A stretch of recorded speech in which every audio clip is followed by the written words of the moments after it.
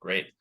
So to answer the first part of the question that you mentioned, the deal process for us looks fairly standard for VC, especially for early stage VC. So the first touch point that we have is always with the pitch deck. That's, if we get any sort of inbounds or if we have someone within our network wanting to, explore a potential path to investment, we ask them to submit a pitch deck or say a one pager that just summarizes the business. This is a great way for us to pre-screen everything.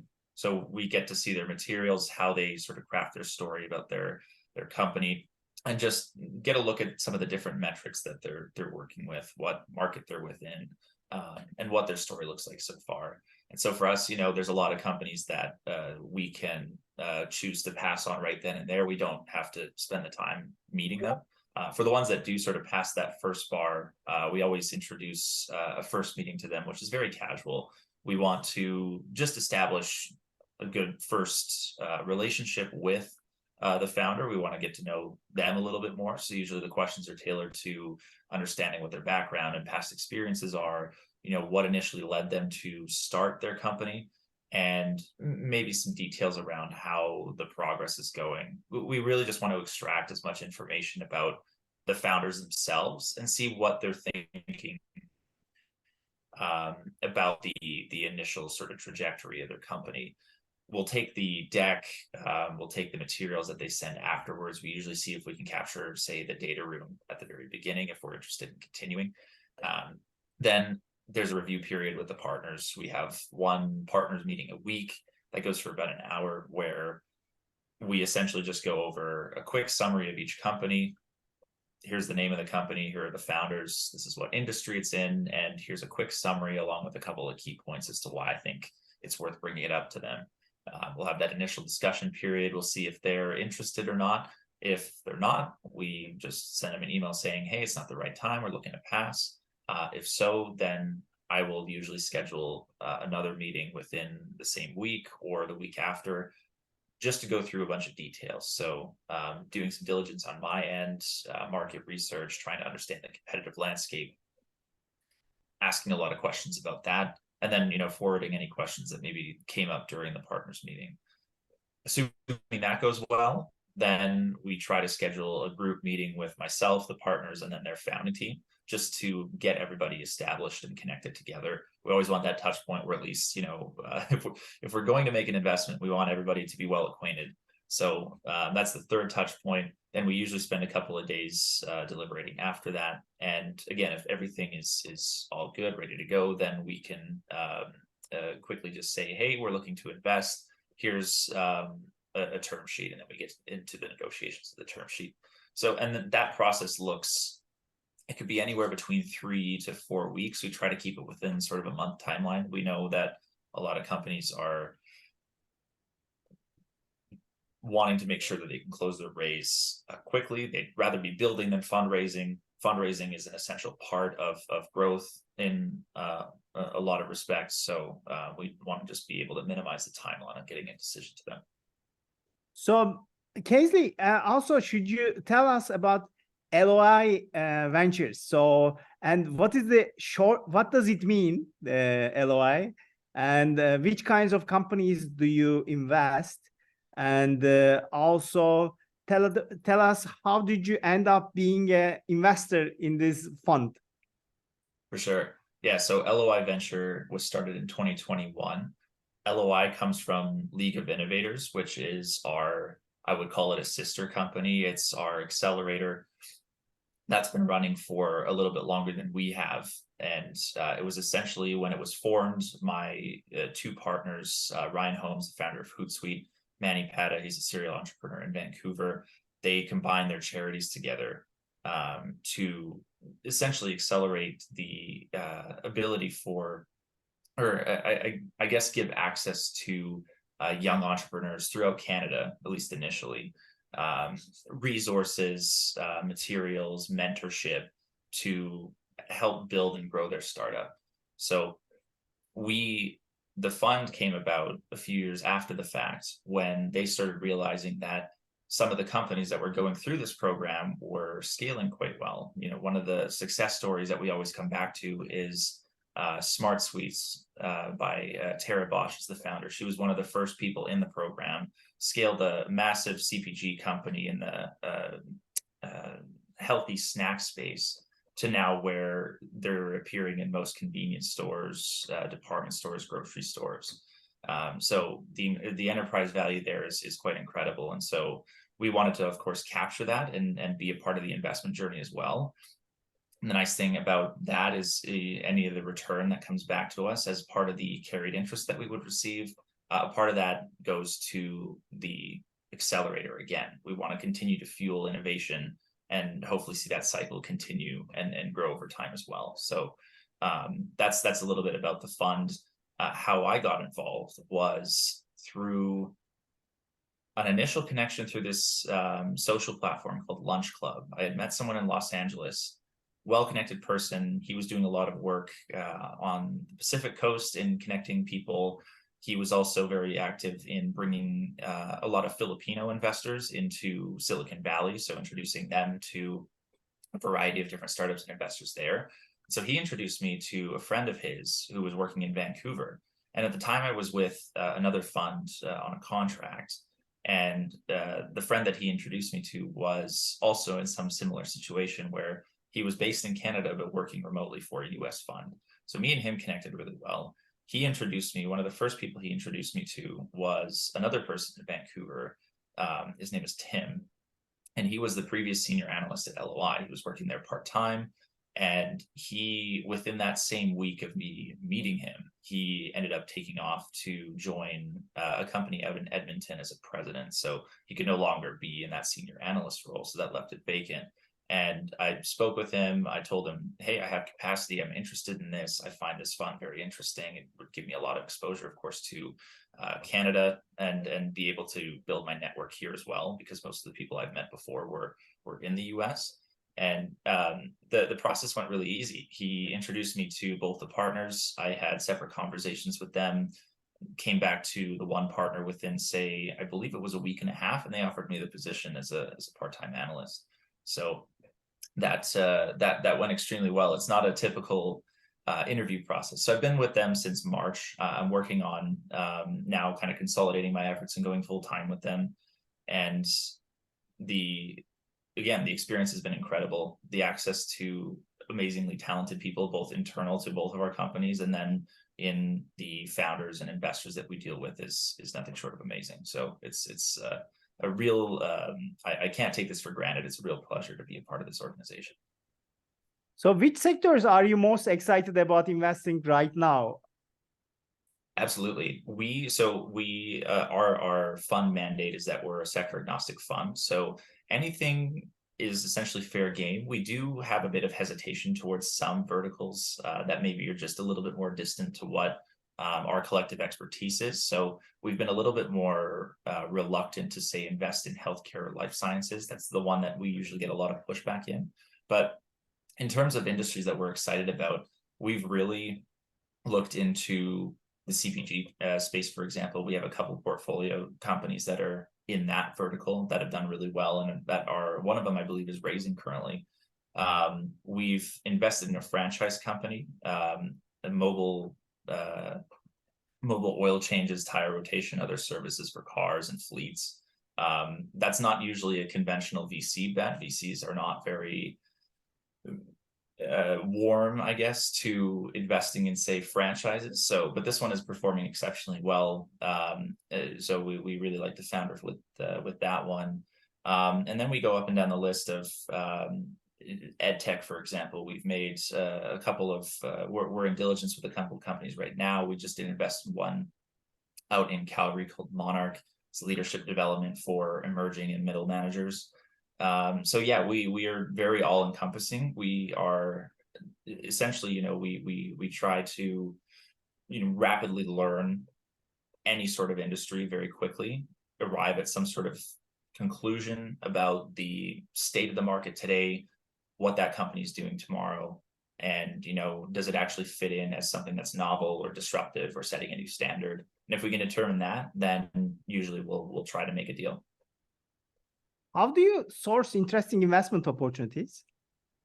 Absolutely. So we have the unique advantage of having our accelerator do much of the work for us. So we're heavily split, or I guess heavily concentrated towards making investments that come out of the accelerator. So we have cohorts that span at least back into 2017, if not earlier, that we can tap into, of plenty of startup founders that are looking for pre-seed or seed dollars. So they essentially are already within our network. It's just up to us to make sure that we can check in with the accelerator team monthly just to see, hey, are they aware of anyone that's raising? Do they vouch or do they find, you know, a particular company interesting, and can we talk to them? So we don't have to do as much sourcing as most other early stage funds. We have a really good pipeline of companies already.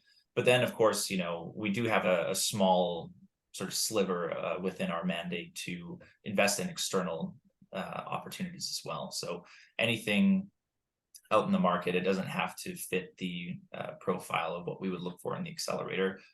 Monarch, for example, one of the last companies we invested in was not a part of the accelerator. I met them through a networking dinner. So we do try to at least have a bit of a look into finding companies anywhere else. And that could come from warm leads, so people that we're familiar with. I have a pretty big investor network, so I tend to talk to a lot of other funds, especially emerging funds or ones that invest in early stage companies as well, for deal sharing opportunities. Then looking through some basic data platforms, you know, Crunchbase, PitchBook, what they kind of give you, and say CV Insights, for example. Those are all really good places to, again, if there's a particular vertical that we're after. So AI is really hot right now with VCs. We're also trying to make our mark within that industry because we believe that there are certain pockets of that industry that lend to very long-term successful companies. We want to make sure that we can capture those, or at least have the conversations with founders there, just to understand the environment. Mm-hmm. What are some red flags you watch out for during your evaluations meetings with founders? Mm-hmm. So our fund is very founder focused. That's one of the main criteria that we use to evaluate any early stage companies. So we're a bit more of a higher volume investor, so we will make more investments throughout the year. We're not as, say, data driven, in the sense that we won't create any sort of complex models to support I guess the narrative of a company. So a lot of the companies that we look at are pre-revenue or just starting out. So we think that sometimes would detract from being able to close on a decision quickly or support founders. So being founder first, one of the red flags that we will identify, or that we've seen, is a lack of transparency. And within the meetings, we, you know, in our sort of question and conversation period, there are certain materials or mentions of things that the founders just don't disclose, and we have to go hunting for them. So for example, it could be within a deck or within the conversation, not understanding who their competitors are, right? If they don't mention that in the deck, or if they're maybe not mentioning some key players that might be a little bit more directly competing with them than what they're suggesting, that gives us an indication that they're trying to paint a picture without, you know, disclosing the whole truth. And I understand it. You want to win over an investor, right? But you have to understand too that we're going to make sure that we do our proper checks to understand the industry. So if you haven't identified your direct competitor, or someone who's very close to you and is doing something comparable, then that's a bit of a red flag going forward, because it either suggests that you're not willing to be completely honest and transparent with us, or you don't know your market well enough. So that's one of the biggest red flags, I would say. Another is we try to do a lot of work on understanding the team dynamics. So each individual, of course, we want to assert that they have the proper skills, their past experience is somehow relevant to what their company is doing today. But if we can tell that there's a bit of a disjoint between how the founders can work together. So say you have an all technical team that's never once built a company before, or never once been in a position where they've been part of sales or business development, or even operations, right? If it's a purely technical team, then we almost wonder, you know, you can build a very novel product, and you can probably do it a little bit quicker than others can. But can we get confident in your ability to actually sell this, or identify your customers, or be able to scale and navigate the problems of a growing company, right? Because there's a lot more to it than just building a product, right? You need to make sure that you have a team to support you as you grow, and then you need to make sure that this is validated within the market, and you have the proper measures to determine product market fit. You have, say, certain pockets within the market that are very receptive to this, that could be first movers, or say, I guess, first adopters to your product or service. So if the team dynamics, if we can't assert that those would lend to a quickly growing but stable company where there's sort of a complementary fit between founders, that's also a bit of a red flag too. Same goes with, the opposite as well. So I mentioned, an all technical team. That could also be said for, say, an all, say, financial team, right? If you have a couple of people with a finance only background trying to sell software, you would hope that they would have to find somebody to also be on the leadership team that could lead up the technical development as well. So and what are the top things founders should focus on when pitching to VCs, or any tips for entrepreneurs how to get in front of the investors? Absolutely.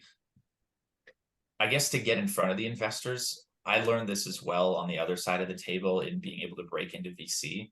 It's about volume. It's about, one, can you identify the audience that would be most receptive to what you're building?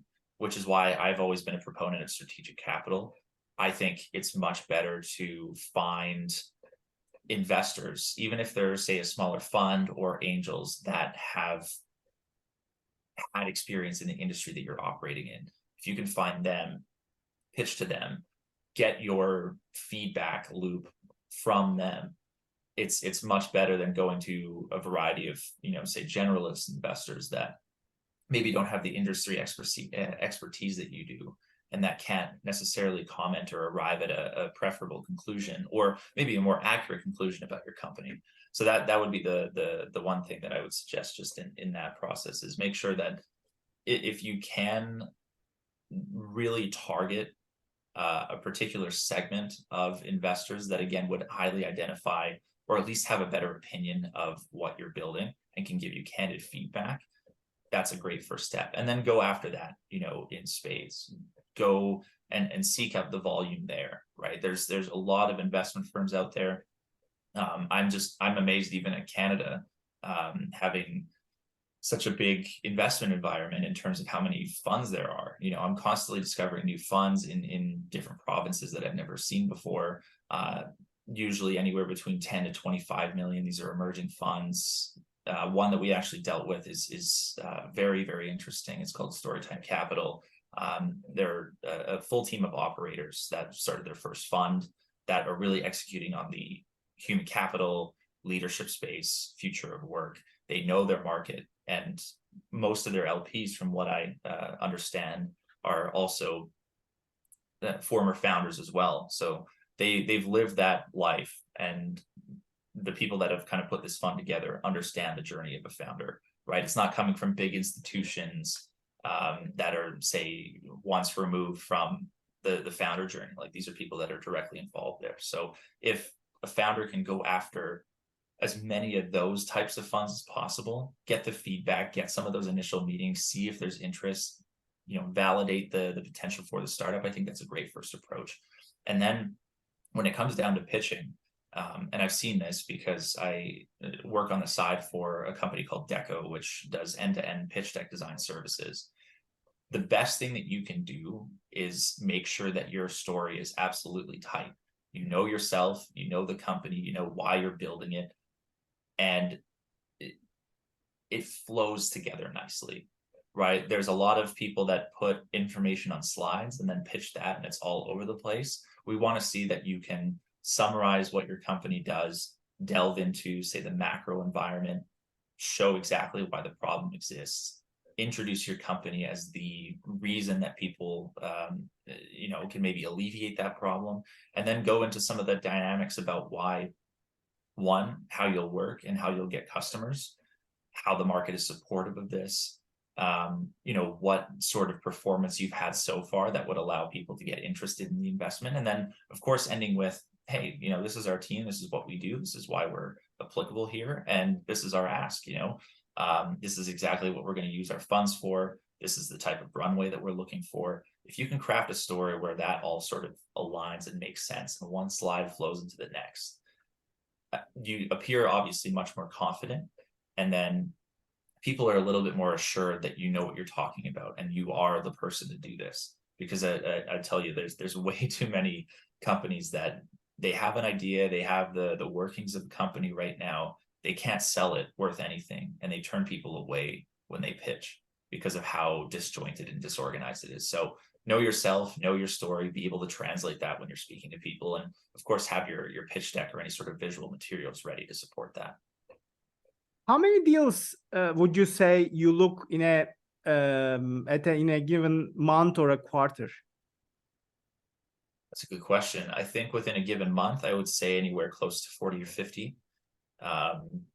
Again, we're a more high volume fund, so we have a lot of people within our accelerator that get introduced to us, or I reach out to them, either that are currently in the cohort this year. Right now we have our fall cohort in place, or they could be any alumni company as well from the years prior. And so we try to regularly cycle through those companies. Of course, I do a little bit of, and I mean, the accelerator does pretty much all the work on this, but I try to see if I can find other people, at conferences, certain gatherings or meetups, where I can introduce them to the accelerator as well, that, I think would be a good fit for the program and that we could potentially invest into. So that adds to it a little bit, but I would say within a given month, anywhere between 40 to 50. Mm-hmm. And then of course the funnel is still very narrow, even with a higher volume fund. I mean, we'll probably do anywhere between 20 to 25 investments, and it's probably conservative. I'd imagine we do more, but 20 to 25 investments a year. And so, and that's just what we've done so far. Like we have we've actually had a couple of spells where there have been, say, a quarter or two where we haven't invested, just because we wanted to, again, say, reassess what exactly we're looking for, some of the criteria that we want to have. So there've been, 1 or 2 quarters where we didn't make an investment. So we do want to, say, end load our fund towards the end. So say next year, the year after, for example, we'll probably look to ramp up our check writing. So yeah, 20 to 25, I'd say for now, but then it could be up to 30 or 40. Where do you spend most of your time during the due diligence, financial teams, market research? Is it really, I mean, in early stage startups, do you search for example, planning business plans or expectations, spreadsheets? Yeah, the first thing that we consider is the team. So understanding, again, can we find articles, can we find information that just displays their background, right? Doing a quick check on LinkedIn, Twitter, other social media sites as well, just to understand, hey, where have they been? Of course, we like to talk about that exact journey with them, in our conversation too. Seeing again what they're thinking about in terms of new hires, what groups or associations or anything else that they're a part of that would allow them to get the right network and to be able to essentially sell maybe quicker or be, in the right circles to receive an investment from appropriate people as well. And a good example of that, so we had a company recently that we invested in that's in the music and entertainment space. And the two founders have worked together before. They co-run a digital agency to support, those exact people. So anyone from music artists themselves to record labels to producers. And now they're building a solution that would be directly targeting those exact customer profiles. And so they've had a long history of being able to network with some pretty prominent people throughout Canada and even the US as well. So we think, they have the advantage of a deep network. They understand how these people work and operate. They understand who they can sell to or who would be most receptive to what they're building now. And of course, they've identified a problem within that time that they believe is worth solving. So, finding out something like that, seeing how in depth that sort of previous opportunity was like is super important. So yeah, anything we can do to, again, assess the founders is first and foremost part of our diligence. Then we would say cross off some basic things like understanding the market dynamics. So from a top down and bottom up perspective, what does the size of the market look like? Can we make realistic assumptions about how many customers they can absorb in a given time frame, and then extrapolate, of course, maybe some very quick and easy projections from there. Some trend analysis, just understanding where the markets are today, what gaps exist, where certain companies are headed, what, say, the rate of adoption is for a particular technology or service, or maybe a different framework in conducting and completing work as well. So that would be second. Third is just really drilling down on the competitive environment. So understanding who are the other startups in this place that might compete directly with you and that are also trying to prime themselves to grow very quickly. Who are the incumbent players? Why will you beat them and not, say, get absorbed by them or have them build out something themselves that can directly compete as well? And then the longevity of that. You might be competitive today, you might be a first mover, you might have something about you that's giving you an edge currently. How are you going to sustain that? What moat are you trying to build? Things change and people are able to develop just as quickly, right? So the minute you think that you have a sustainable advantage, that that next month or that next year, it could be gone. And now you have to think about, okay, well, how do we continue to sustain that over time? How do we make sure that this isn't a startup where we need to keep funneling money in to engage in sort of a sales war with other people that are roughly around the same size and growth profile as we have? So that's the third thing. We do a lot of external validation calls on all that.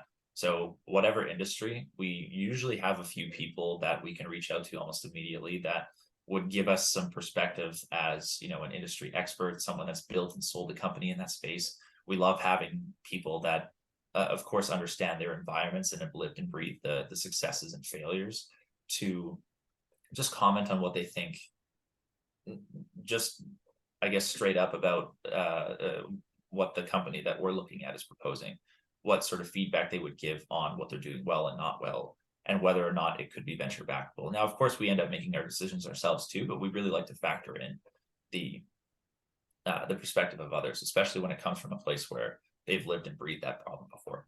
Do you write the rejection emails? What does a rejection email, from your fund typically communicate? And what is your advice for the entrepreneurs who receives these kinds of rejection emails? How should they overcome these tough communication? Sure. Rejection emails are extremely common. When you look at the statistic of 90% of startups will fail, that's our assumption leading into a lot of conversations, of course. So we're very familiar with writing them, first of all. The way they work, at least for me, what I like to do is especially if I've spent a lot of time with the founder, had a couple of calls with them, dived into the details of their company, really tried to unlock whether or not this is a good fit for us. And, unfortunately, at the very end of it, it's still a no from the partners or myself. We want to give as much candid feedback as we possibly can. Spell it out for them exactly what we're thinking, why we decided to pass. Give them as much feedback as possible just to see what we're thinking of on the other side of things. There's sometimes a period too where our thoughts maybe are maybe we're misjudging the opportunity. Maybe we've assumed some things that are maybe incorrect or wrong to assume. So that gives them an opportunity to, of course, come back to us saying, well, hey, think of it this way, or maybe you're misunderstanding what we're trying to do or how we're trying to get a wedge into this market. So it's a really good opportunity for them, of course, to see what investors are thinking, seeing if our assumptions are correct. That's the biggest thing that I try to convey with people as well, is usually within the end of the message, that I still like what you're building. I still want to support you in any way possible. I acknowledge that investors are wrong all the time as well. We're not perfect by any means. And we, again, we don't live and breathe the company quite the way that, these founders do. So it's hard, to get a rejection from someone who isn't in the industry, who doesn't maybe see it completely, right? That's just the nature of the game, though. So we want to make sure that the feedback is absolutely transparent as much as possible. I do spend a good amount of time just crafting those lengthy emails, again, just to give a window into how we think. And then I just invite them to, one, stay in touch. Happy to put you in touch with other people that might find it interesting or might be able to give you additional feedback. And then two, if any of the story changes, right? If we like the founders and these are people that we could see ourselves working with, regardless of the opportunity, then say not regardless of the opportunity, but if we can see a good relationship with them over time and we believe in them, then maybe the story for them changes. Maybe they adjust how their company operates. Maybe they pivot, try a new direction. We're always open to revisiting the conversation then, because we don't ever want to close ourselves off and be a dead end for founders, So if we can give them that assurance that, hey, we're here to help, we're here to put you in touch with other people in our network that we trust and believe in as well, that could maybe either, they might see something that we don't, and they could be an investor for you, or ultimately, they could just be another source of advice and feedback, whatever the case may be. I think, VCs, we try to make sure that we do a good job at ensuring that we're, like I said, not a dead end. And of course that comes with plenty of mistakes on our end too. Like we're still growing and improving the way that we offer that feedback and the time in which we do that. But it's one of those efforts that takes a bit of time and that requires a lot of additional effort just to make sure that we get it right. So, rejection and accepting is a little bit easier, but there are some startups maybe status. How does a maybe status come to in your process, and what can move it to a yes? Yeah, that's a good question. So there have been plenty of times where I will go to my partners with something that I will share the advantages that I see and the disadvantages that I see. Here's how they could potentially exist in the market. Here's how they could potentially scale, but I'm not sold on it completely. They're not sold on it completely. And it ends up being a bit of a stalemate, right? On whether or not we do anything with it. It's not something that we want to outright reject, but it's also not something that we're, say, comfortable right now in placing an investment in.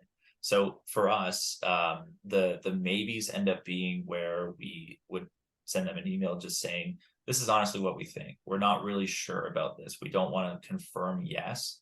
We don't want to place money into something that we're just unfamiliar with or that we don't completely understand, or that we don't maybe have as high of conviction in. So we usually just frame it as, hey, maybe now's not the right time. We do want to stay in touch. We want to monitor your progress. If parts of the story change that look favorable, we'll stay in touch. We'll reach back out again. And those bits that are favorable, and the companies that usually end up falling into this category are ones that we're interested in the business model. We're interested in the market that they're selling to. It's something new. It's something maybe a little bit unique, but they don't have much traction behind it yet. So we can't assert that there's any evidence of product market fit. We can't build out a case where if they absorb this many customers a year, this is how much revenue they could potentially earn over time if they grow at X percentage. There's a lot of things that are completely hypothetical at that point in time. So we want to just take a step back and say, we like what you're building. Give us a little bit more time to continue monitoring you and seeing how this company is progressing. If the traction really impresses us, then that might be the selling factor in getting us on the side of wanting to invest in the future.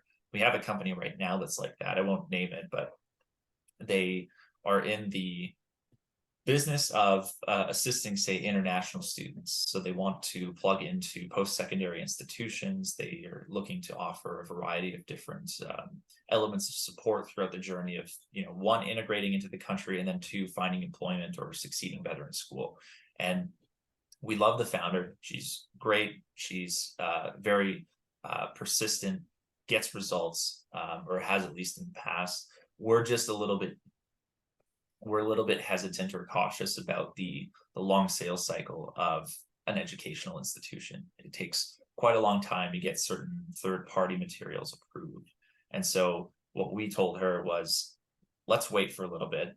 We'd like to see you actually get into these conversations and close on a couple of institutions. They could be small ones, big ones, as long as there's some evidence of variety there. And if you can do that within a reasonable amount of time, and other schools are willing to adopt as well, if there's a certain amount of network effects that could take place there, then let us craft, the view of what this would look like, with varying percentages of market penetration. And if that spells out something good, and we can get the assurance that you're going to continue executing, and you'll find other people to join your team that are mission driven that can also do that, then I would love to place an investment, right? There's a lot of things going right about it. It's just there's one or two things that we're just not sure about that we'd like to see some evidence of before continuing. Mm-hmm. And after the investment, post-investment period, what do you recommend founders to communicate with the funds, and what do you expect from them, and how regularly do you have calls with the entrepreneurs? Mm-hmm. So with the ones that we say are putting on pause, for example, or anyone, right? Like they could be a portfolio company, they could be ones that we're just in touch with, that we've passed at some point in time. But we try to always wedge into some of the last conversations with them, when we're initially considering them, is add us to your email update lists. It could be monthly, it could be quarterly. Just communicate updates on the product if that's still in development, or say you've obviously released an MVP and you're still working on some of the additional features or new integrations over time. Keep us up to date on that. We'd love to see the progress there. The progress on adding any new people to the team, what kind of value they're bringing, what your traction is like.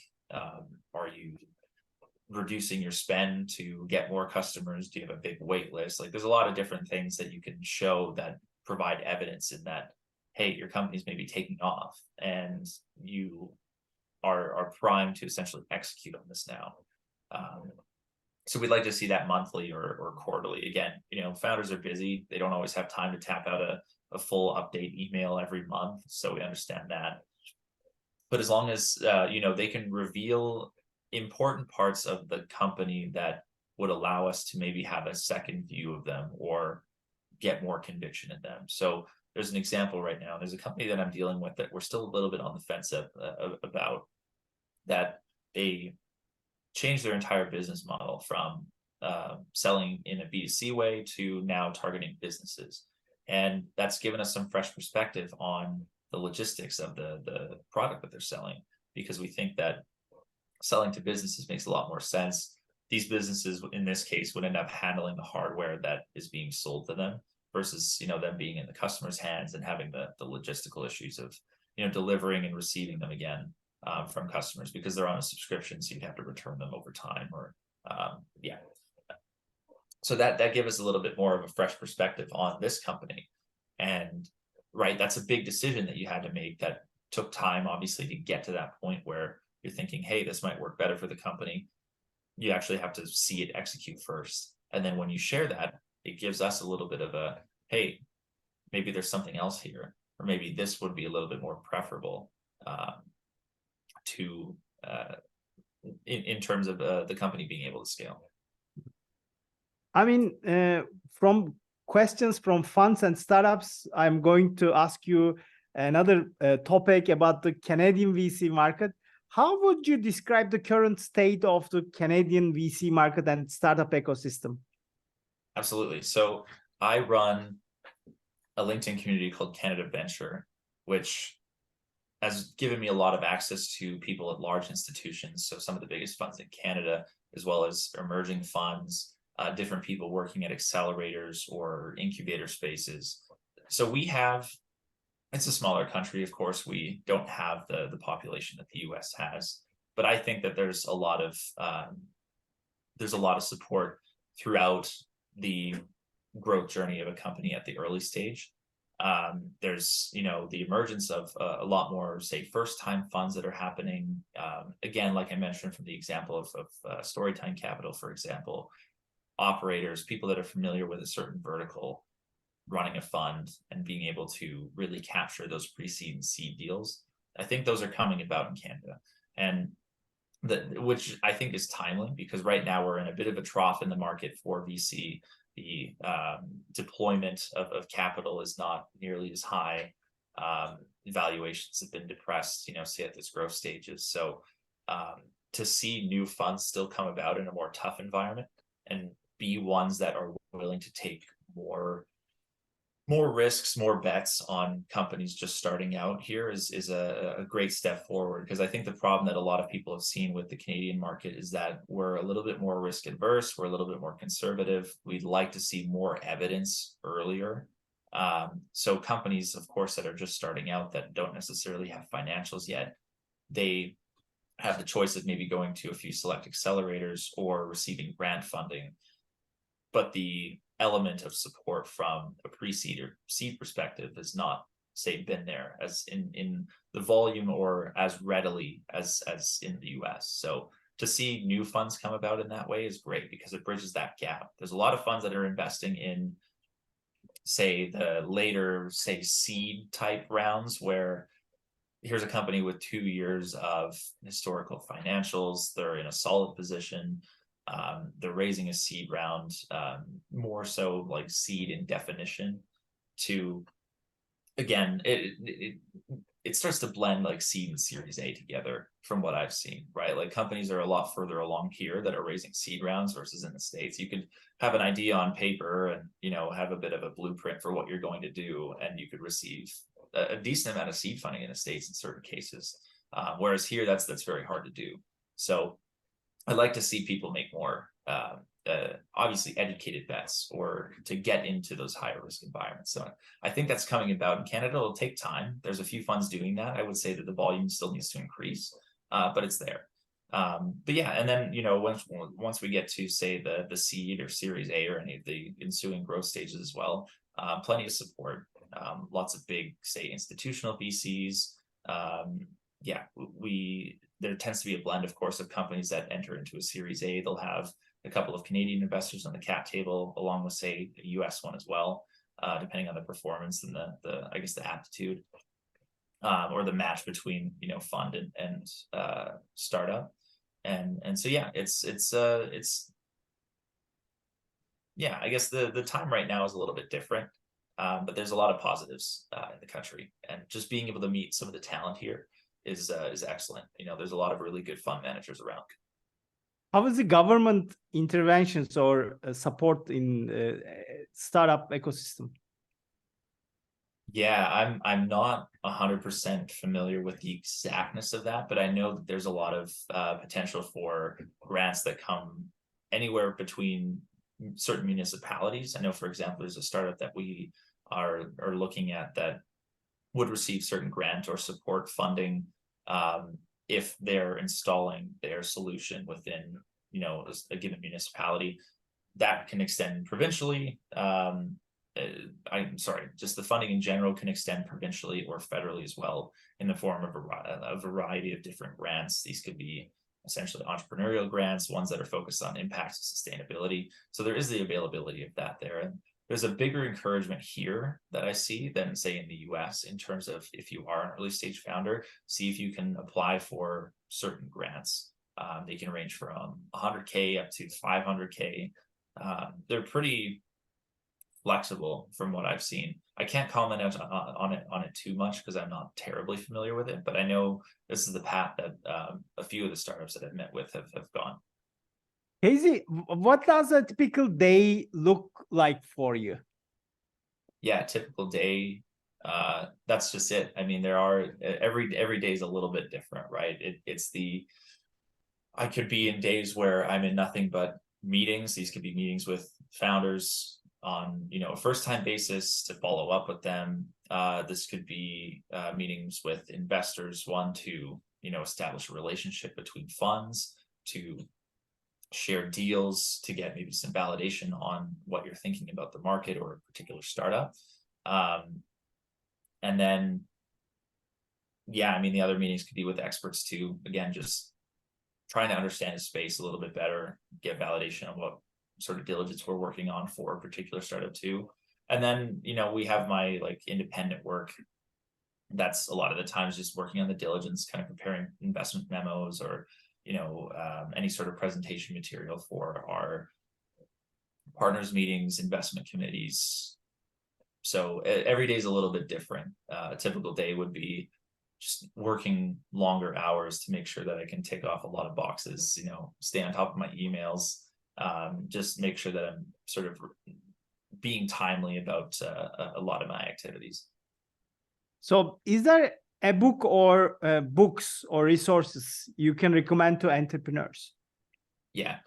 Venture Deals by Brad Feld. It's one of the first ones that anyone picks up in VC to learn about the space or to understand how deals are done. I think that's one that people would definitely say is essential.